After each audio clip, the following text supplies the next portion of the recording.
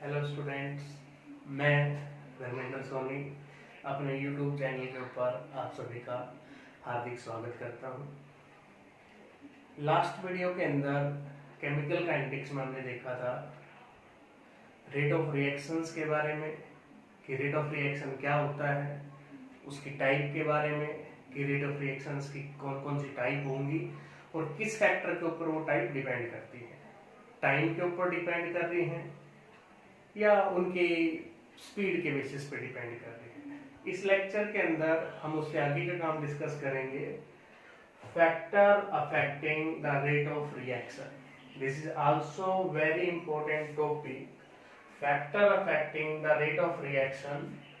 इसके अंदर total 6 factor हम लोगों ने पढ़ने हैं। 6 में से पहला जो फैक्टर है वो है नेचर ऑफ रिएक्टेंट, कि जो रेट ऑफ रिएक्शन जो हमने कल पढ़ा कि change in concentration of reactant और product with respect to time, कि रिएक्टेंट की कंसंट्रेशन में और प्रोडक्ट की कंसंट्रेशन में टाइम के साथ कितना चेंज आ रहा है, वो चीज आपके पास रेट ऑफ रिएक्शन कहलाती है।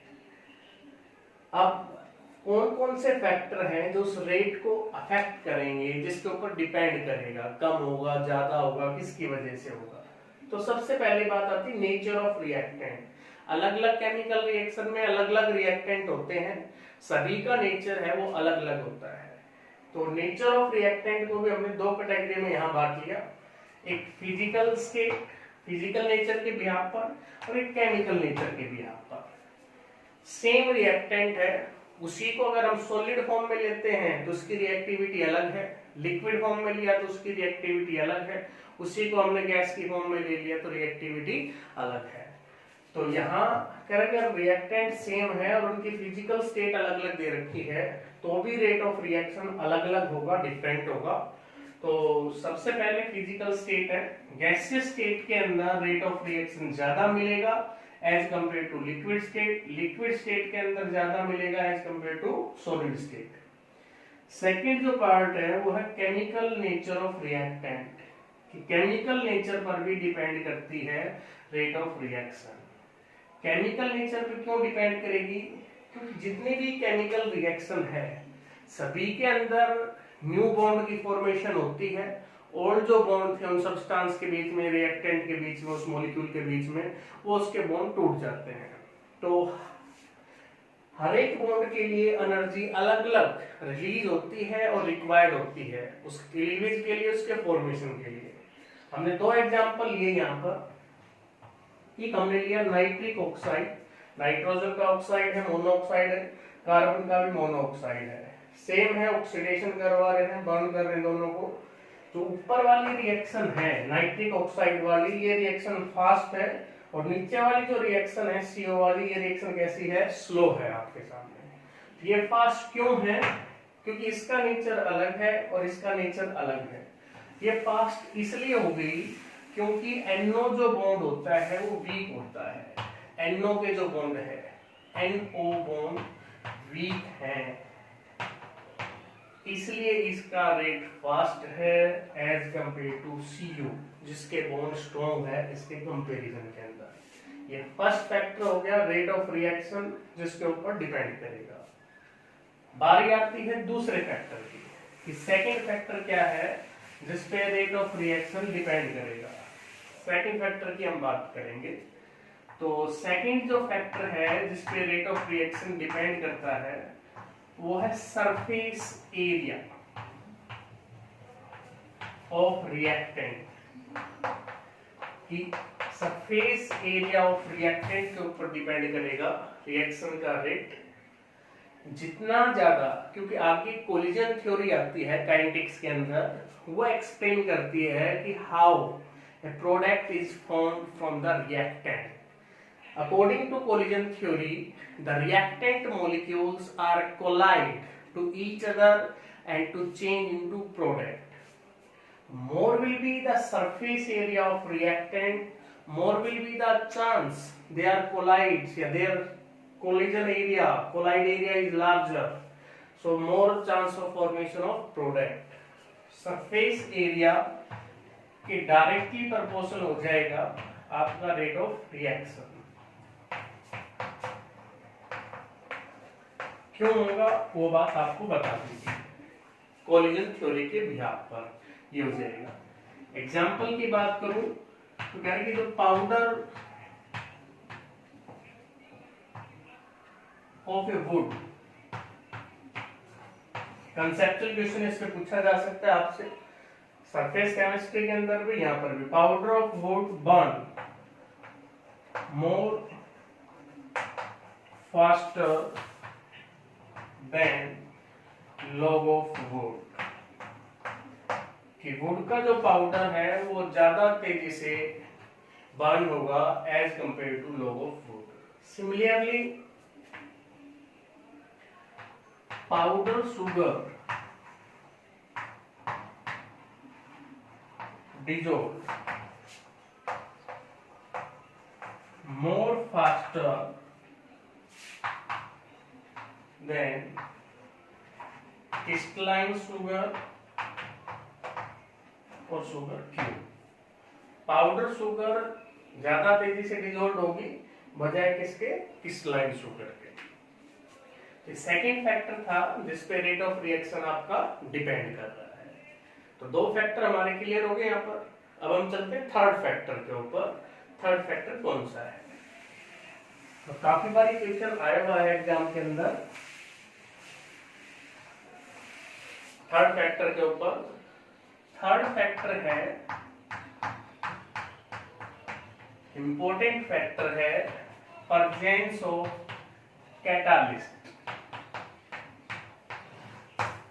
कि कैटालिस्ट की प्रेजेंस रेट ऑफ रिएक्शन को इफेक्ट करती है या नहीं करती है। काफी बार इस पे क्वेश्चन आया सीबीएसई में कि what is the effect of catalyst. Option दे देते हैं आपको, एक्टिवेशन एनर्जी के ऊपर, डेल्टा जी के ऊपर, चेंज इन गिब्स एनर्जी के ऊपर, इक्विलिब्रियम कांस्टेंट के ऊपर और रेट कांस्टेंट के ऊपर। तो प्रेजेंटली हम डिस्कस कर रहे हैं कि effect of catalyst on rate of reaction. Surface chemistry के अंदर हम पढ़ते हैं there are two kind of catalyst, positive catalyst yes और नेगेटिव कैटालिस्ट। पॉजिटिव कैटालिस्ट क्या थे? जो रेट ऑफ रिएक्शन को बढ़ा देते थे, इंक्रीज कर देते थे। Why they increase the rate of reaction? Because they lower down the activation energy, कि उस पाथ को, उस एनर्जी को कम कर देते थे, इसलिए large number of molecules energy barrier को क्रॉस कर सकते हैं।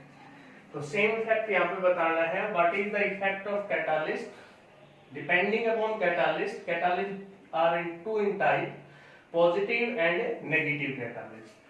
पॉजिटिव कैटालिस्ट, इसमें केस बना लेते हैं हम। पहला case, presence of positive catalyst. अगर पॉजिटिव कैटालिस्ट है, जैसे कि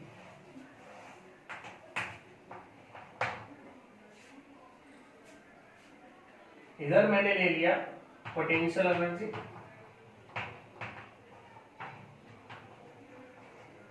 और इधर मैंने ले लिया यहाँ पर रिएक्शन प्रोग्रेस या रिएक्शन कोऑर्डिनेट।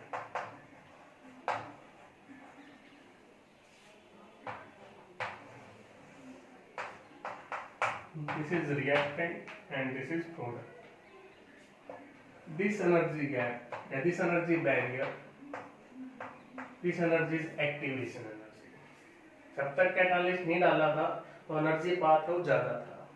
अगर कैटालिस्ट पॉजिटिव है, उस केस में हम बात कर रहे हैं इन प्रेजेंस ऑफ कैटालिस्ट। जैसे आपने कैटालिस्ट डाला तो एनर्जी का जो पाथ था वो कम हो गया। तो this thick line is represent in absence of catalyst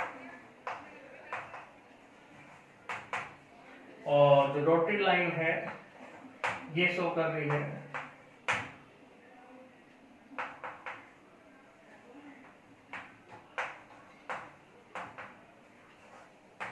in presence of catalyst.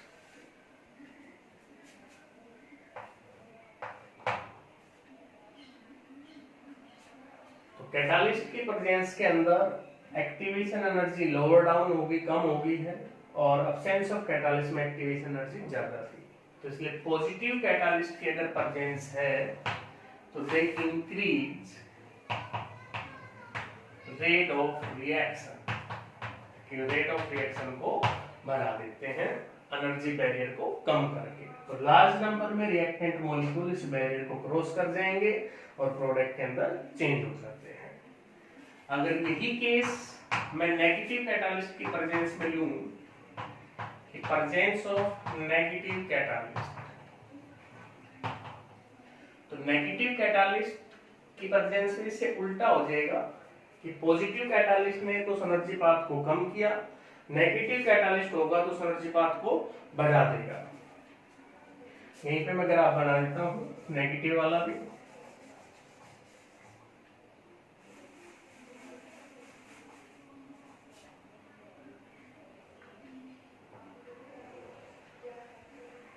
ये नेगेटिव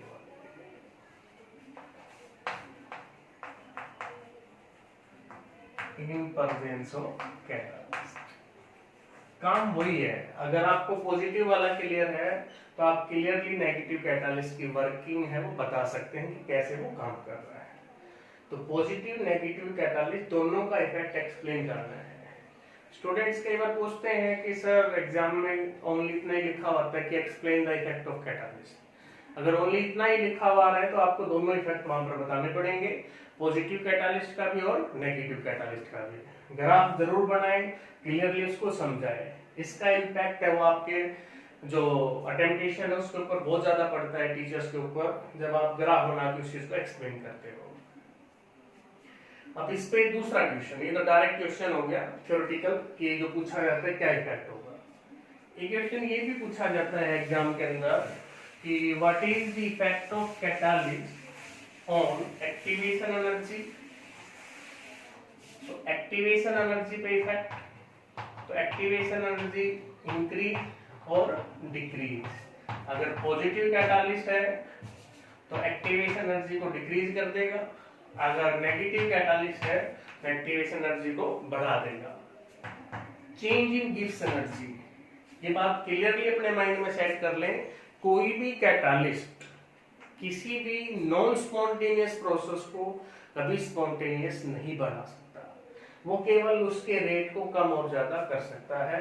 तो डेल्टा जी के ऊपर उसका नो इफेक्ट, कोई इफेक्ट डेल्टा जी के ऊपर नहीं होगा। केसी, केसी में ले रहा हूं इक्विलिब्रियम कांस्टेंट, तो इक्विलिब्रियम कांस्टेंट के ऊपर भी क्या हो जाएगा, no effect. There is no effect on equilibrium constant. Number fourth जो पॉइंट हो जाएगा इसके अंदर, के रेट कांस्टेंट। तो रेट कांस्टेंट पे डेफिनेटली इफेक्ट होता है, it change according to RMS equation. अगर एक्टिवेशन एनर्जी लोअर डाउन हो रही है तो वहां पर मींस पॉजिटिव कैटालिस्ट है तो के की वैल्यू बढ़ेगी और नेगेटिव कैटालिस्ट होगा तो के की वैल्यू कम हो जाएगी। के पर इफेक्ट वैसा ही है जैसा एक्टिवेशन एनर्जी पर है, सेम। के रेट कांस्टेंट है, ऑब्जेक्टिव टाइप क्वेश्चन आ सकता है, इस पे इफेक्ट वही होगा जो एक्टिवेशन एनर्जी पे रहता है। एक्टिवेशन एनर्जी बढ़ेगी तो रेट कांस्टेंट कम हो जाएगा, सॉरी, और इसकी एक्टिवेशन एनर्जी कम होगी तो रेट कांस्टेंट ज्यादा हो जाएगा। इनवर्सली प्रोपोर्शनल है according to RMS equation. Rate of reactions के तहत हम इसको एक्सप्लेन करेंगे। तो ये अपने पास फैक्टर नंबर 3 था जो इस चीज को एक्सप्लेन करता है। अब बारी आती है फैक्टर नंबर 4। फैक्टर नंबर 4 है प्रेजेंस ऑफ सनलाइट। कुछ रिएक्शंस ऐसी होती हैं जो सनलाइट की प्रेजेंस में होती हैं, जिनके होने के लिए सनलाइट का होना नेसेसरी है, जरूरी है। तो जो रिएक्शन सनलाइट के प्रेजेंस में होगी दे आर कॉल्ड या they are known as photochemical reactions. Reactions which take place in presence of sunlight they are called photochemical reactions. तो प्रेजेंस ऑफ सनलाइट में क्या किया, उस रिएक्शन के रेट को बढ़ा दिया तो उनकी प्रेजेंस में हो रही है। तो सनलाइट की प्रेजेंस है वो इंक्रीज करती है रेट ऑफ रिएक्शंस को। थर्मोडायनेमिक्स में आप पढ़ते हैं दो तरह की रिएक्शंस हैं, तो फोटोकेमिकल है, एक थर्मोकेमिकल है जो हीट के साथ होती है। ये सनलाइट की प्रेजेंस में हो रही है।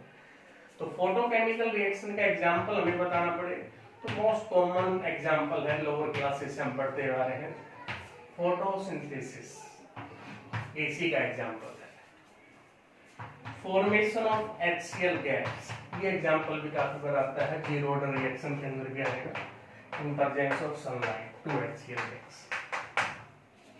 ये आपके पास जीरो ऑर्डर का भी एग्जांपल है, जब ऑर्डर ऑफ रिएक्शंस की हम बात करेंगे तो ये भी आपके पास फोटोकेमिकल रिएक्शंस के अंदर आता है। तो यहाँ पर एक टर्म और हम सीख सकते हैं, वो है फोटोसेंसिटाइजर। फोटोसेंसिटाइजर किसे कहेंगे? तो फोटोसेंसिटाइजर्स क्या होते हैं? They are just like a catalyst, catalyst की तरह है, जैसे थर्मोकेमिकल रिएक्शन में कैटालिस्ट काम कर रहा है। सरफेस केमिस्ट्री में आपने पढ़ा कि बायोकेमिकल रिएक्शन में एंजाइम काम कर रहे हैं। सिमिलरली फोटोकेमिकल रिएक्शन के अंदर कौन काम कर रहा है? फोटोसेंसिटाइजर काम कर रहा है। तो फोटोसेंसिटाइजर यहाँ पर है फोटोकेमिकल रिएक्शन के अंदर। फोटोसेंसिटाइजर किसे कह दोगे, सेंसिटाइजर किसे कह दोगे? Those chemical substance which change या which increase the rate of photochemical reaction, they are called photosensitizer. Generally they are used in polymer chapters. Polymer chapter के अंदर यूज होते हैं फोटोसेंसिटाइजर, उनसे रिगार्डिंग पर हम वहां डिस्कस करेंगे। अभी इसी से रिगार्डिंग हम बात कर रहे थे, प्रेजेंस ऑफ सनलाइट।